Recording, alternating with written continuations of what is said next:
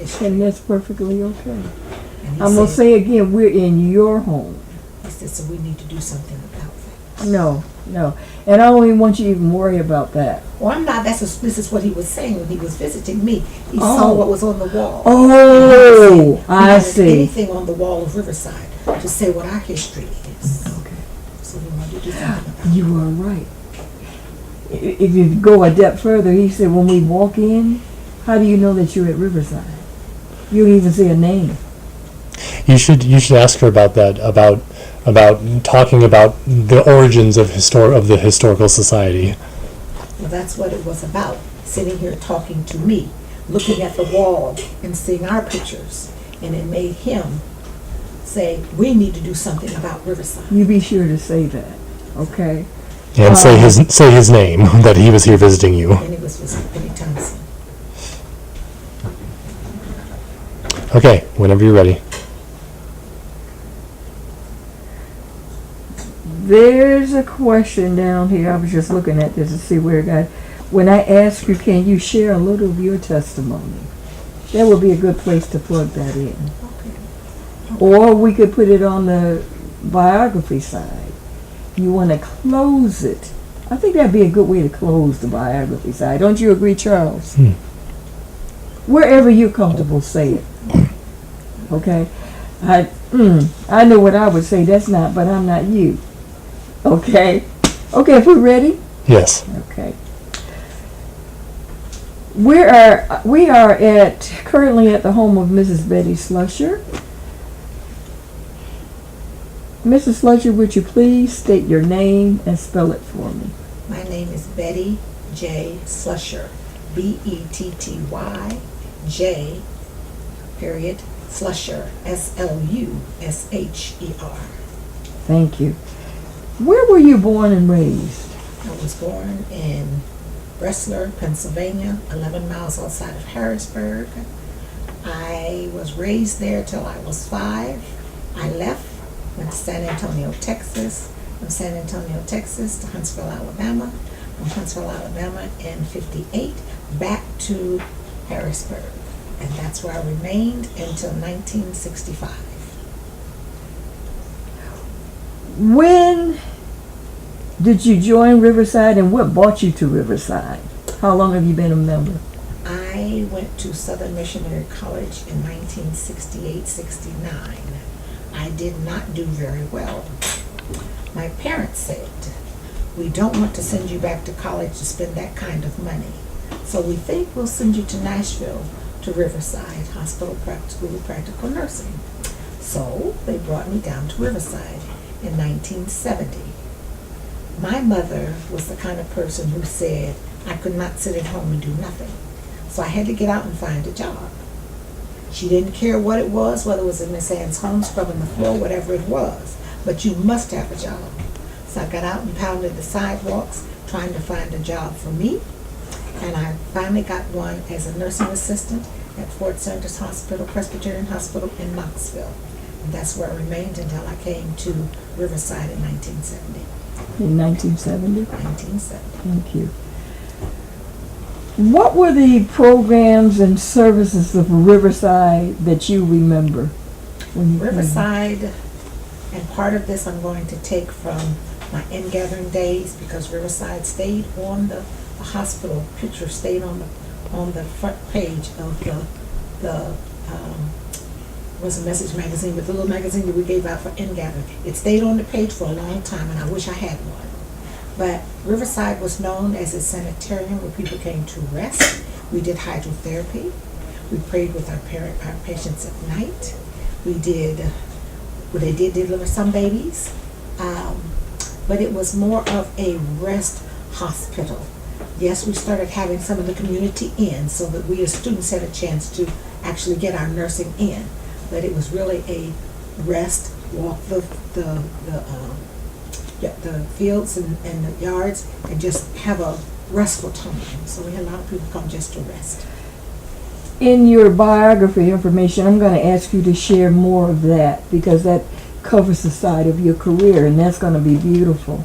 But going back to Riverside Chapel per se, Were there offices and positions that you held in the church?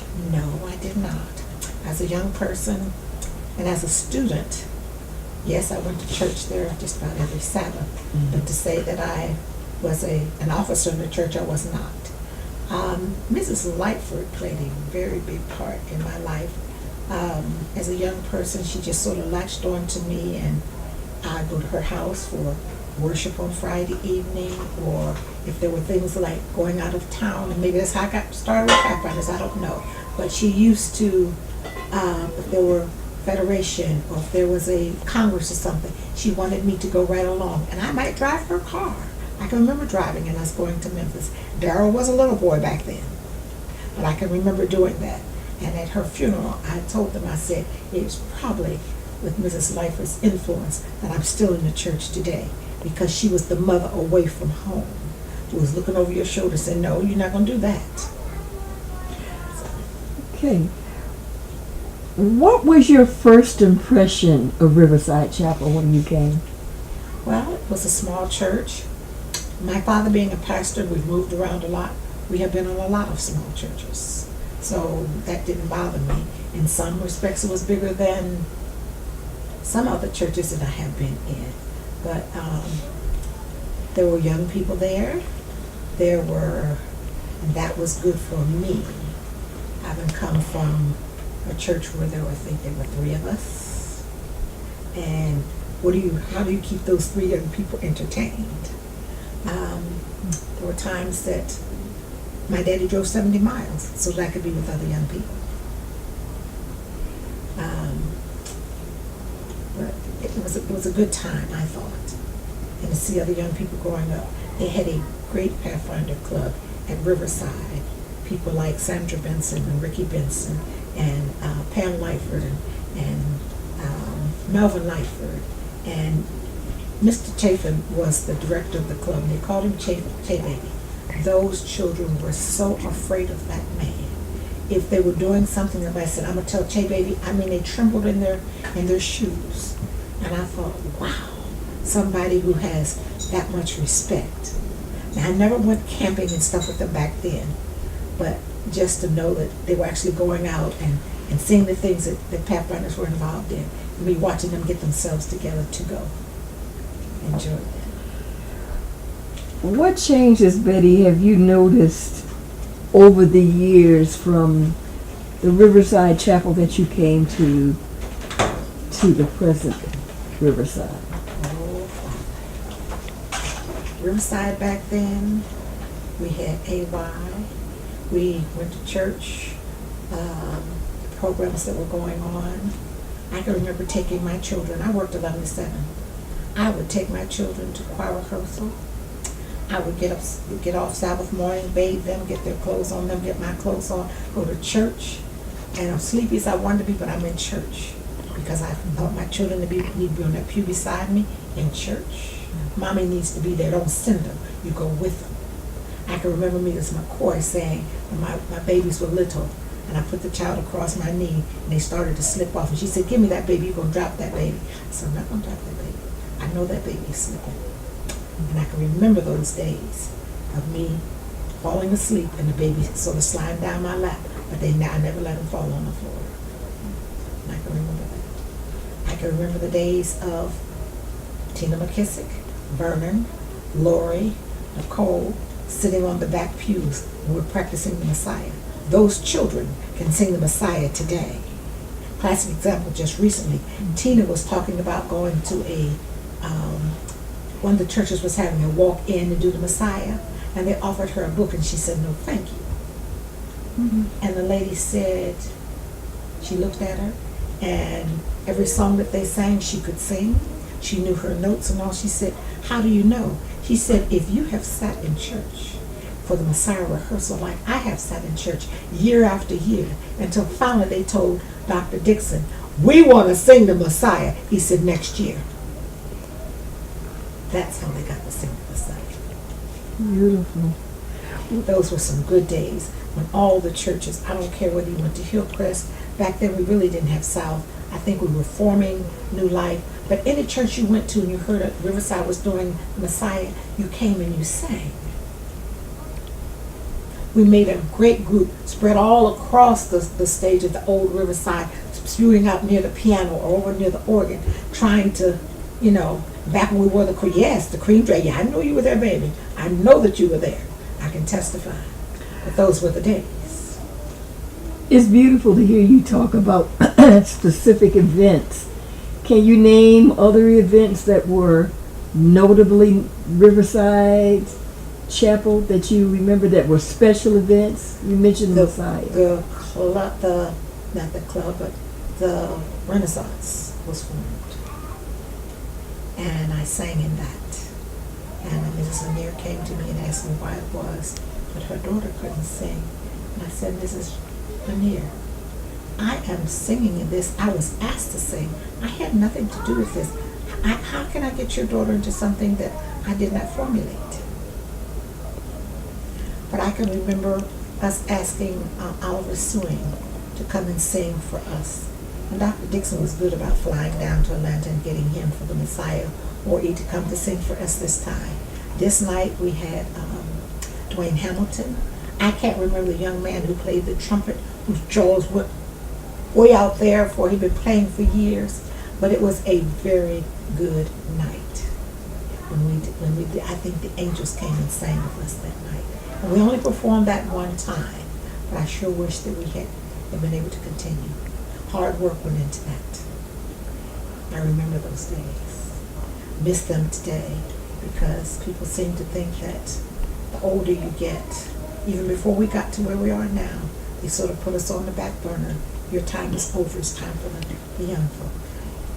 I can remember the New World Singers. I can remember when Mrs. Terrell got so upset and walked out of church. When Billy Simon's grandfather got up and walked out. He called that heathen music because that's when the New World Singers were singing. I remember when Images, the choir that Derek formed 11 years, and all we did was clap our hands and try to rock. And I can't do the two of them together. Somebody had to pull me along to get me going the direction that the other folk were going. But I can remember the looks that we got standing in church, like people did not approve of this. I remember those days. But times are changing. It wasn't that we were running around the church and jumping on the pews or nothing like that, but times were changing and people weren't ready to accept that change. As I guess I am today. There are times that the music is just too loud and it's not for me. There's some of it that is really, I call it spiritual. But then there's some of it, I'm like, they could have left that wherever that came from. And it's too loud and it's not allowing me to allow the Lord to come into my heart this Sabbath. And I guess that's where I am today. But times are changing.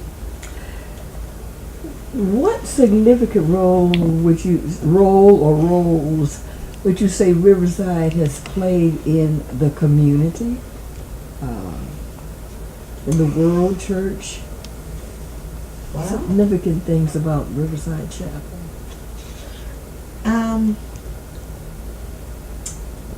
In my travels, people ask me where do I go to church, and I tell them I go to Riverside. Oh, you go to that big church. Oh, so and so is your pastor. Oh, y'all do this or y'all do that, which other churches aren't doing. Okay, all right. Well, that's where I go to church. My sister-in-law is in San Diego, California right now. There's a family that went to Riverside who's at San Diego right now. And she walked up and she met them. And she said, are you familiar with the Slushers? They go to Riverside. They said they've been going to Riverside for several years. They said, oh yes, we know the Slushers. We know the mother and the father. In fact, we bowled with them. So there are others out there who are familiar with Riverside. Okay. The civil rights movement, was Nashville or Riverside involved with that any way? Not that I could really tell. Okay, yeah. I came here right as civil rights was going on and all, but I really could not tell that we did any marching or did anything like that. Fast forward to today, what is it that keeps you coming to Riverside? Well, guess just not really wanting to go to anyone else's church, really not really wanting to get acclimated to somebody else's service. And so you just stay where you are.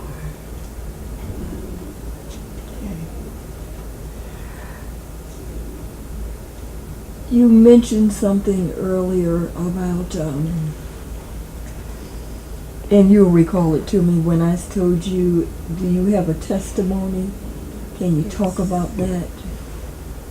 Well, my testimony would be, well, I guess I'll tell you a story. When my boys were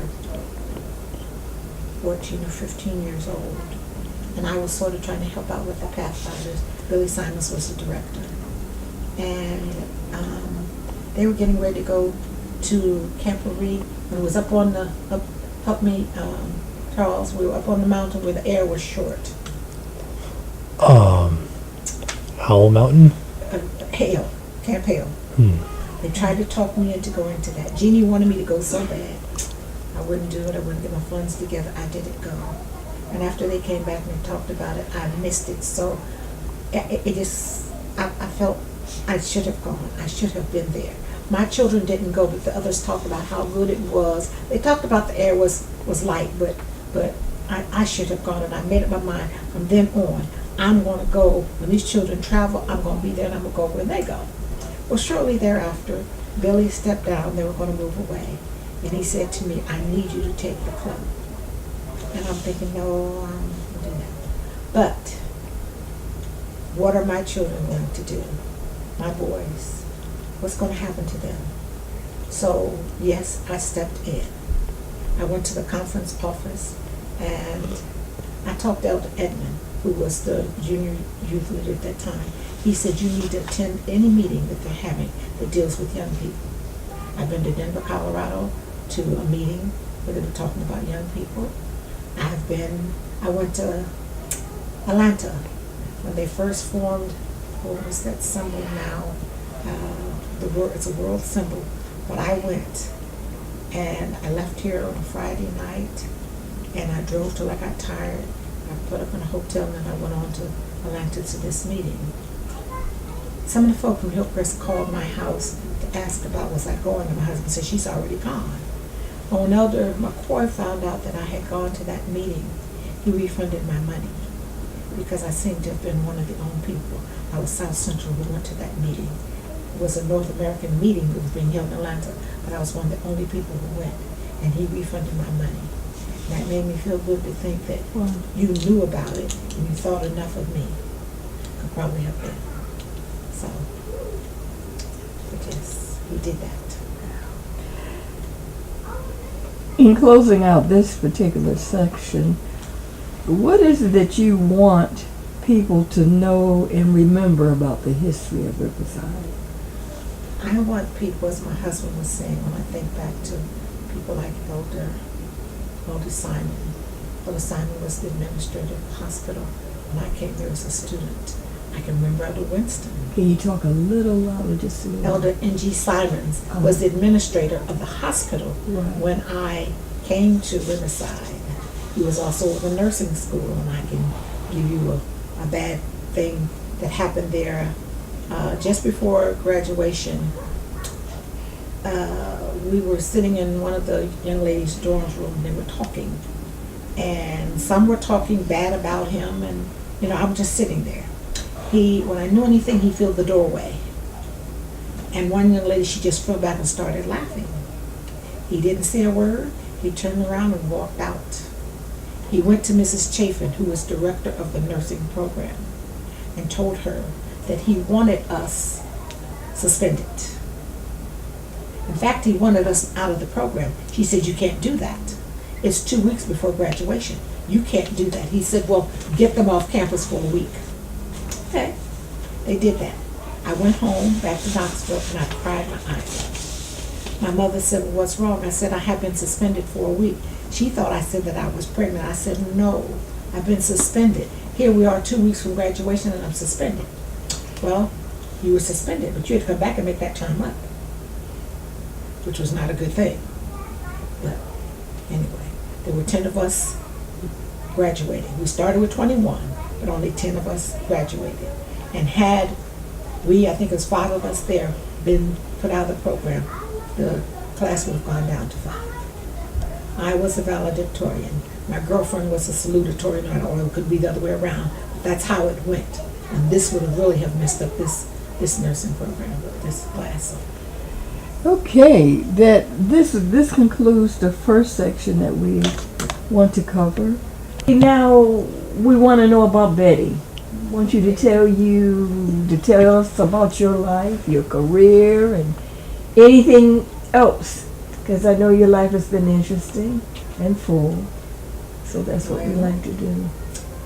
As I said, I came to Nashville in 1970, left in 71, went back to Knoxville, went back to the hospital I had been working at, this time as an LPN. I worked in CCU, which was step down cardiac care. I worked in, back then, you didn't have intensive care split out as you do today. SICU, MICU, NICU. ICU is just ICU. There might be a neuro patient over here, a heart patient over here, whatever. That's just the way it was. And I worked in that unit for a while. It was almost over a little bit than a year. I had some friends that did not look like us who said, "Oh, BJ, let's go to Nashville." I didn't have anything to keep me in Knoxville. Packed up my junk and I moved to Nashville. Well, I got to find me a job. I went to Baptist to apply for a job. And when they asked me where I graduated from school, I said, from Riverside. "Oh, you don't have to tell me anything else." Riverside was that well known. The nurses from Riverside are good nurses. They are dynamite. They know their stuff. No questions asked. Like hired on the spot. Worked 11 to 7. Worked all over the hospital. I worked 7 Central South, which was urology. People looked like me, didn't want me there, so the supervisor had to find me another home. They decided to put me on 3400, which was the oldest unit in the hospital. When you passed through the doors, you could smell the fungus, the mold. I guess it was some water buildup in the wall or something. But we had double bed, semi-private rooms there, and we had one room that was 4 beds. We got the prisoners. Okay, it was nothing for your prisoners to be chained to their bed at night. You went in there at night, administered medicine, whatever you needed to do. I had some nice stories from there. Somehow, I don't know how the one inmate got loose, but he did. And he went, the back door was right across from their room. He went down those steps. There was a nurse working with me named Thelma Stenson. I don't know what made her follow that man down those steps. She followed him down the steps. And when she got to the bottom, when he started out the door, he turned and he looked at her. She stood there. No words were exchanged. He went out the door. I told him he could have killed you in that stairwell. Why did you follow him? I wanted to see where he was going. Have you lost your mind? I don't know where he went. I don't know if they were caught him. But she followed him. I had another one where I too, during the night, they came and said, "BJ, we smell smoke." We're on the 3rd floor of the hospital, over the emergency room. Baptist Hospital. Baptist Hospital. Well, I went back there and I searched for it, and I could not find it. I could smell the smoke, but I could not find it. Well, another time, a little bit later, I could still smell the smoke. This time I had the patient get up. I tore his bed apart. That was back with the wire frames to the bed. Single mattress on it, nothing on his bed. Went through his drawers, nothing in his drawers. There was a princess chair in his room, and he had sat in that chair. And somehow, during the night, the cigarette had gone down like it here. And it was just down in there smoldering. When I put my hand down in there, my hand, fingertips about got burnt. So I picked up the chair, walked out of the room with it, down the back steps, all the way down the steps, took it outside and sat it on the asphalt. Now, I have a fire extinguisher on my floor. My mind did not register to go get that fire extinguisher. Let's remove the source. And that's what I did. I took the chair out of the building, put it on the ground outside. I didn't think about no fire extinguisher till that morning and report. They said, but you got a fire extinguisher. Who thought about a fire extinguisher? Get rid of what's going to cause us. I can't carry these patients out here. My responsibility is if there's harm here, I'm supposed to remove all my patients from this wing. I can't carry them. So what am I going to do? So I got rid of the chair. My brain just didn't focus on that, and my nursing career just went there. Refresh my memory as to your school and your education regarding nursing. I did LPN program and finished it. It was 13 months back then. It's a year today. I have, down through the years, I guess I have 60, better than 64 credits toward RN, but it has never worked in my favor to do it. I have tried to go from LPN to RN, and it has not worked in my favor. So I leave it alone. The Lord must say, that's enough of that. Just move on. You have done what you're going to do, and you've done some good things. Just leave it alone. I have something else I want you to do. So it's okay. Do you feel that was your calling, nursing? Nursing, I did. I had wanted to be a nurse since I was 5 years old. So my biological mother died when I was 5 of cancer. And I have cancer today. Not the same, but and I felt like I wanted to help others. And so, how are you applying the medical knowledge to your situation today? How's that been helpful? well, I have a sister that's an LPN. I don't know if I was the LPN first or she was. She's my older sister. When I told her I had cancer, she said, I don't want you to get on the computer and read all that they say about cancer. I want you to go to James 16, read it, close it, put it in your heart, and leave it there. Do not go out there searching the computer, and I have not.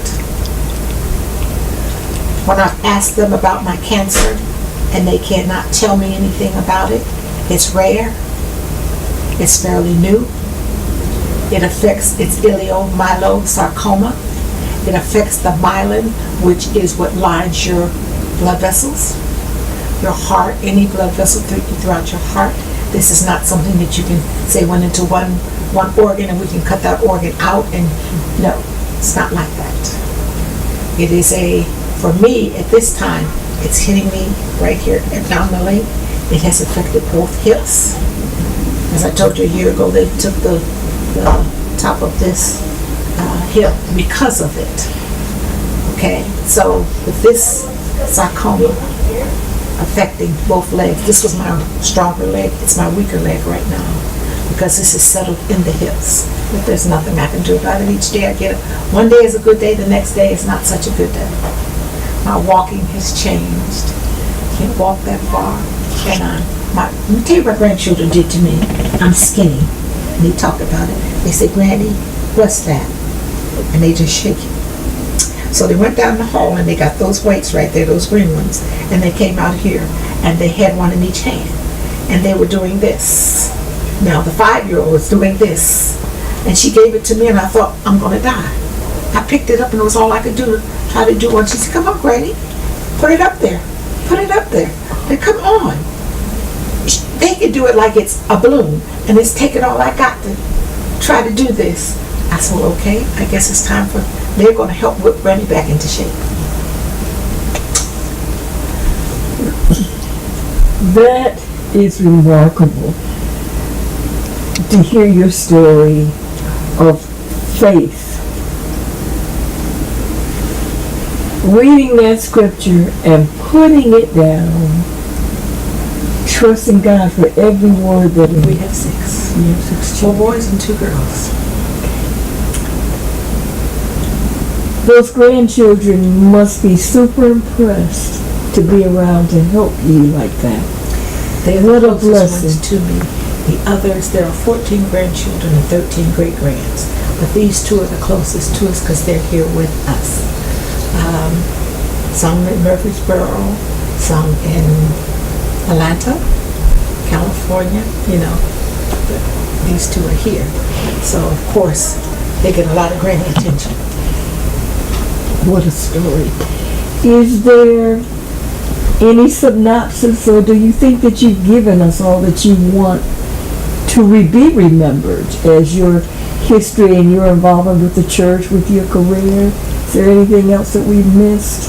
Well, all I want to say, I'm thankful to Riverside for my training. I worked at Baptist for 12 years. I have done some, I call it home health. Did that on people's homes, way out in the sticks, so far out there. Lord knows if they wanted to kill me, bury me, nobody would have missed me. I've done that. Experience there. I worked at Vanderbilt for 25 years. This is my chair.